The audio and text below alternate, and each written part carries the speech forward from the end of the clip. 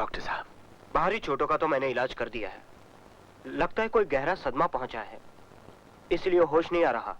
मुकम्मल आराम की जरूरत है। डॉक्टर साहब, किसी भी तरह, किसी भी कीमत पर। आप घबराइए नहीं, हम पूरी कोशिश करेंगे।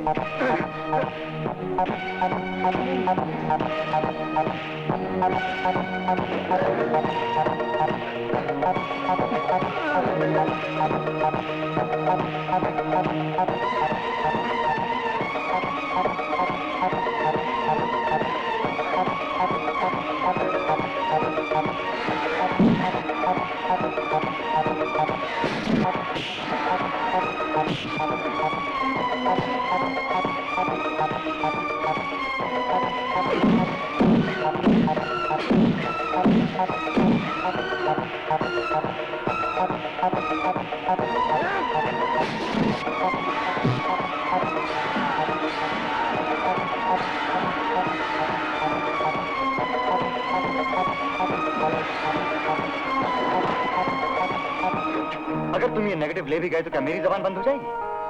तुमने और कल्पना ने मिलकर जो नाटक किया है वो मैं कुमार को बता नहीं सकता। कल्पना इनकार कर सकती है कि उसने ये सब नहीं किया है। अब मैं समझी क्यों इन तस्वीरों के तुम्हें इतने पैसे मिलते हैं। शिव! रेवती, तुम बिजनेस के मामले में मत बोलो। चले यहाँ से। चुप करो। इस गंदी हरकत को तुम बिजनेस कहते हो? शर्म आनी चाहिए तुम्हें। तुम जानती नहीं हो रेवती, इसने और कल्पना ने मिलकर क्या गुल खिलाया है। मैं जानती हूँ, और मैं वो भी जानती हूँ जो तुम नहीं जानते। कल्पना से पढ़ाई के दौरान गलत लड़कियों की संगत में रहकर एक भूल हो गई जिसे मैं कब की भूल चुकी थी। और डॉक्टर दीदी ने तो ये सब जानते हुए भी कुमार से उसकी शादी कर दी। और एक तुम हो जो इंसान की गलतियों को माफ करने की बजाय उन्हें बेचकर घर में स्वर्ग लाना चाहते हो। तमीज से बात करो, मैं पति हूँ तुम्हारा। डूब मरना चाहिए उस औरत को जिसके तुम पति हो।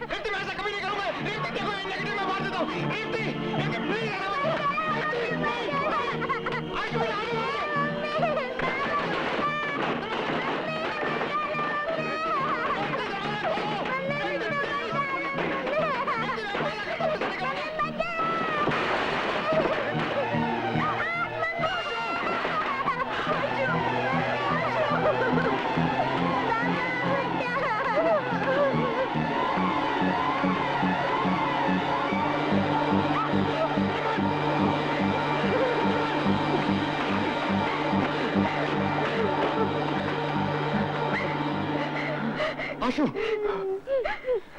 अमन भाई, thank you very much. Revati ji, ये हाथ मारना जानते थे, आज इन हाथों ने बचाना सीख लिया है। इन हाथों की अग्नि परीक्षा हो गई है। मेरा काम पूरा हो गया है भाई, मैं शहर छोड़ के जा रहा हूँ।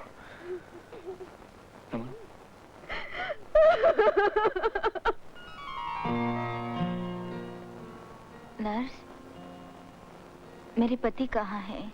वो कमरे के बाहर बैठे हैं, आप घबराइए नहीं। प्लीज उन्हें बुला दीजिए, मुझे उनसे कुछ जरूरी बातें करनी है। अरे आप आराम कीजिए, आपको आराम की जरूरत है। मेरे पास वक्त बहुत कम है। अरे प्लीज मत बुला दीजिए। अच्छा, मैं बुला देती हूँ। ए भगवान, मैं उन्हें सब कुछ बताकर माफी मांगना चाहती हूँ। मुझे चंद सांसों की मोहलत दे दे। आपकी बीवी की हालत बहुत बिगड़ गई है, आप उनके पास जाइए, मैं अभी डॉक्टर साहब को बुलाती हूँ। क्या हुआ कल्पना, अब कैसी हो तुम? यहाँ आइए, मेरे पास बैठिए। मैंने आपको धोखा दिया है। तुम्हें आराम की जरूरत है, बोलो मत। मुझे बोलने से मत रोकिए।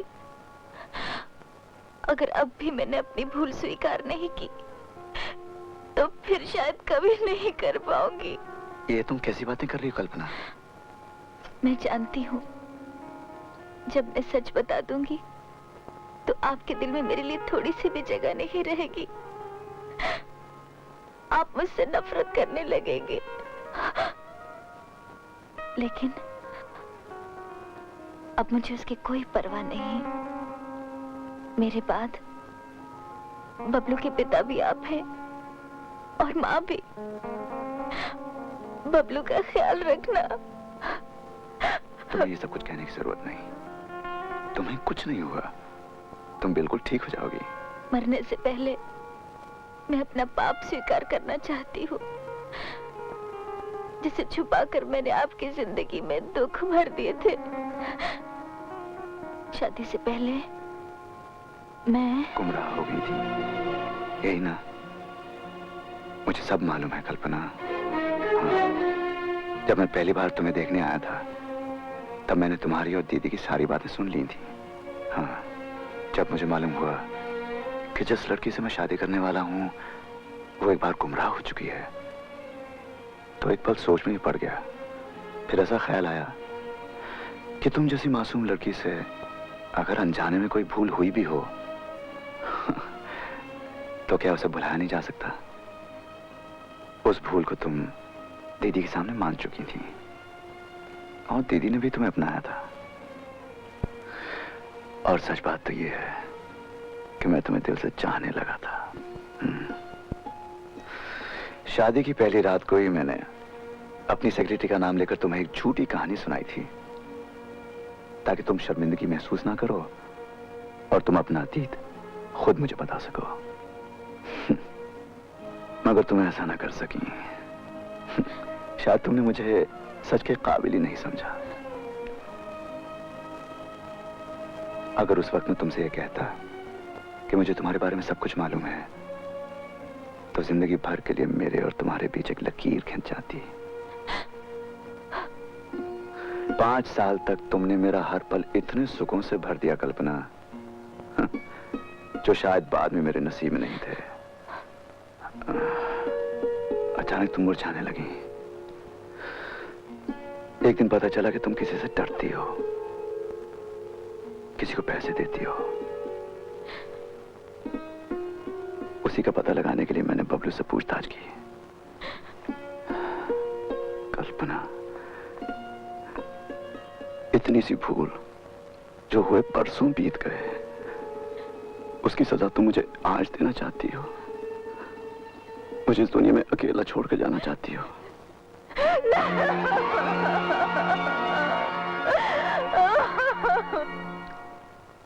अंकल, आप मेरी मम्मी से पैसे लेने आए हो ना? लेकिन मेरी मम्मी अभी बहुत बीमार है, उन्हें तकलीफ मत दो। लो, मैं पैसे देता हूँ, मेरे पास इतने ही है। नहीं बेटा, पैसे लेने वाले हाथ तो जल गए। कल्पना, मम्मा, मेरा बच्चा। साहब, कल्पना जी, मैं माफी मांगने आया हूं। मैं बेहद शर्मिंदा हूं। दूसरों की राह में कांटे बिछाने के बाद आदमी तकलीफ पहुंचाता है अपनी जान को। अरे छोड़िए साहब, जब किनारे पे आ लगी कश्ती, हमें तूफान से कोई नहीं शिकवा।